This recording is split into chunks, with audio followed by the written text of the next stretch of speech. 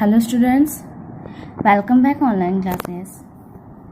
Today we are going to continue the chapter English First, Chapter 1 Growing Up. पिछले video में हमने पढ़ा था कि जो बिल्ली थी वह अजीब सी आवाज़ सुनकर इधर उधर भागने लगी और ख़ुद को ट्रे के नीचे छिपाने लगी और ट्रे में जो चिलीज़ थी उसमें से कुछ चिलीज़ उसके ऊपर गिर गई और वह मिजरेबल वॉइस में बोलने लगी मियाओ मियाओ। आगे बढ़ते हैं हम। The creaking went on and on. What's that noise said Mridu. जो अजीब सी आवाज़ थी वह रुकी नहीं, वह आती गई और मृदु बोलती है कि ये कैसा आवाज़ है। What's that noise that's learning learning to play the violin grunted Ravi. She will never learn a thing. Lali violin बजाना सीख रही है, रवि ने कहा। वह कुछ भी नहीं सीख सकती। Mridu crept up to the window. Mridu window की तरफ बढ़ी और उसने देखा कि लाली अपने म्यूजिक मास्टर से थोड़ी सी दूरी पर बैठी हुई थी and holding her violin and Bower string, और अपने वायलिन को बहुत अजीब ढंग से पकड़ी हुई है, मतलब सही से उसने नहीं पकड़ा हुआ है। बॉवर स्ट्रिंग मीन्स जो वायलिन बजाने वाला तार होता है उसे कहते हैं। हर एल्बो जस्टिंग आउट। उसके जो एल्बो थी बाहर निकली हुई थी। Her eyes glazed with concentration. और उसकी आंखें जो थीं चमक रही थी फुल ऑफ कॉन्फिडेंस से। वह ध्यान से अपने म्यूजिक मास्टर को सुन रही थी।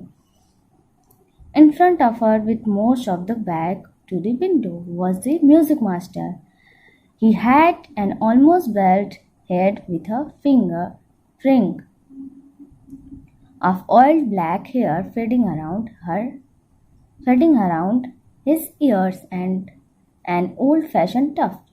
जिसके म्यूजिक मास्टर्स थे वह खिड़की से सटे हुए, अपने पीठ को सटाए हुए बैठे हुए थे और उनका फेस नहीं दिख रहा था, पर उनकी जो बाल थे, उनके फिंगर्स थे वो दिख रहे थे। उनके सर पर बाल नहीं थे, इट मीन्स वो टकले थे, पर उनके कान के साइड थोड़े थोड़े बाल थे, वो भी ब्लैक कलर्स के, और उस पर पूरा ऑयल लगा हुआ था। उन्होंने अपने कानों में ओल्ड फैशन टफ्स पहना हुआ था। A gold chain gleamed around his leathery neck. और उन्होंने अपने गले में गोल्ड की चेन पहनी हुई थी। लेदरी नेक मीन्स लटकी हुई गर्दन, चमड़ी की लटकी हुई गर्दन। And a diamond ring glittered on his hand. और उनके हाथ में डायमंड की रिंग थी जो कि बहुत चमक रही थी। When he was glided up and down the stem of the violin. जब भी वह वायलिन बजा रहे थे जिस तेजी के साथ, तो उनके हाथों में रिंग बहुत चमक रही थी। A large foot stuck out from beneath his gold border vesty edge, and he was beating time on the floor with the screeny big toe. और जब वह वायलिन बजा रहे थे तो अपने पैरों को जमीन से बार बार ऊपर नीचे कर रहे थे। उनकी धोती पर गोल्ड कलर का बॉर्डर बना हुआ था। उनके धोती के किनारे पर गोल्ड कलर का बॉर्डर बना हुआ था। He played a few notes. उन्होंने कुछ धुन बजाए। लाली stumbled behind him on her violin, which looked quite helpless and unhappy in her hands. लाली उनको ध्यान से देख रही थी वायलिन बजाते हुए, पर वह अच्छे से नहीं बजा रही थी। He looked quite and helpless. वह हेल्पलेस प्रतीत हो रही थी, सैड प्रतीत हो रही थी, क्योंकि वह अपने म्यूजिक मास्टर की तरह वायलिन नहीं बजा पा रही थी। What a difference. यहाँ पर एक डिफरेंस बताया गया है। The music master notes seems to float up and settle perfectly. यहाँ पर एक डिफरेंस बताया जा रहा है कि ये म्यूजिक मास्टर जो हैं वो इतना अच्छा वायलिन बजा रहे हैं, बिल्कुल एक मेलोडी, वो उनकी सुर में एक मेलोडी की थी, मेलोडीनेस थी, मतलब मधुरता थी, और वहीं पर लाली बहुत गंदा बजा रही थी। मृदु started at the huge hand, moving effortlessly up the violin stem, making lovely music. Squawk! There was Lali drilling again. फिर स्क्वैक की आवाज़ आई। वहाँ पर लाली फिर से धुन बजाने लगी और वो बहुत गंदा तरीके से बजा रही थी।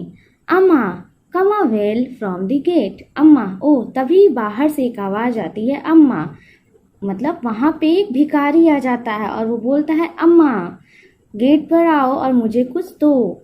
Ravi sent that beggar away, cried his mother from the back veranda where she was chatting with Tapi.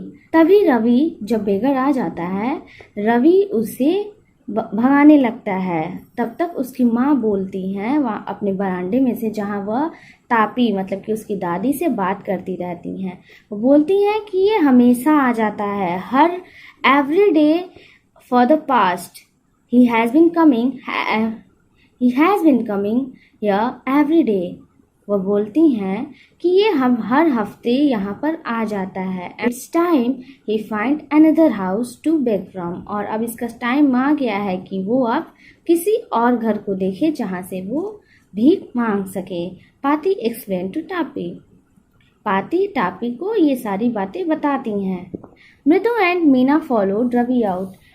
The beggar was already in the garden, making himself quite at home. Go away, said Ravi sternly. My pati says it's time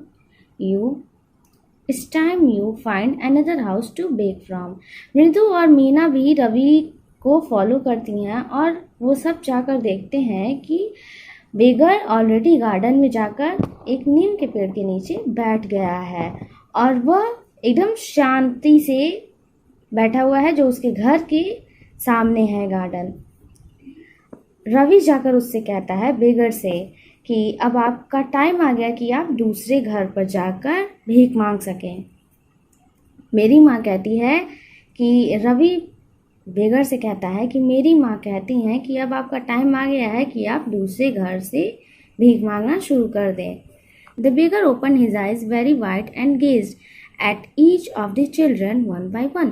He then raised his voice, Amma, Amma, oh, said his well might be, but it certainly was not feeble।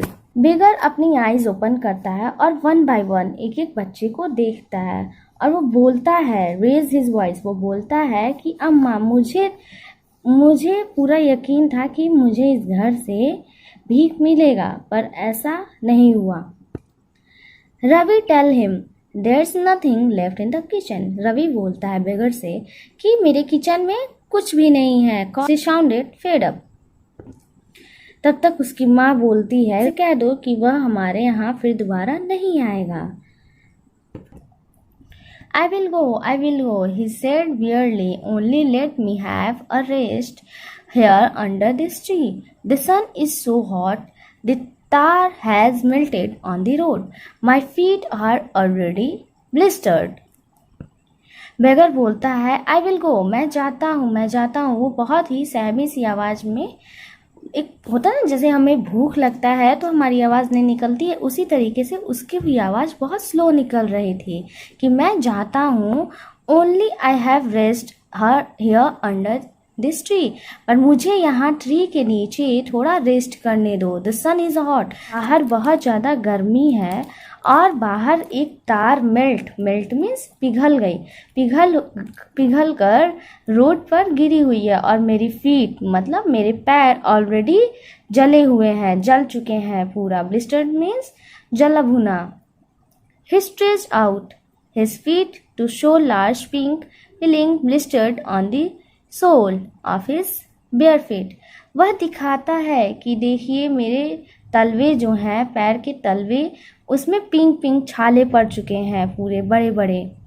I suppose he does not have the money to buy chappal. Mridu whispered to Meena and Ravi, have you got an old pair in our house somewhere? वह बच्चे बोलते हैं कि मुझे लगता है कि बेगर के पास चप्पल खरीदने के लिए पैसे नहीं है। तभी मृदु मीना और रवि के कान में बड़बड़ाती है, have you got an old pair in the house somewhere. वह बोलती है कि क्या हमारे घर पे कोई चप्पल का जोड़ा पुराना नहीं पड़ा होगा कहीं पर। I don't know said Ravi. Ravi बोलता है मुझे नहीं पता। Mine are too small to too small to fit his feet, or I have given them to him. His feet were larger than Mridu's and Meena. और मेरे चप्पल बेगर को नहीं अटेंगे और नहीं, अदरवाइज मैं उन्हें अपनी चप्पल दे देता। और जो बेगर की फीट है वह लार्जर देन मृदु एंड मीना, बेगर की जो फीट हैं, जो पैर हैं, वो बहुत बड़े हैं मृदु और मीना के पैर के कंपैरिजन में। He need something on his feet, उन्हें कुछ न कुछ जरूर चाहिए उनके पैरों के लिए। Meena said her big eyes feeling it's not fair, Meena बोलती है कि कितनी बुरी बात है, इनके पास पैसे नहीं हैं चप्पल खरीदने के लिए। It's not fair. शह सेड रवि, रवि बोलता है शह, जैसे हम लोग बोलते हैं ना सैड होगा शह, उसी तरीके से रवि बोलता है शह। I am thinking about it, मैं इसके बारे में कुछ सोचता हूँ।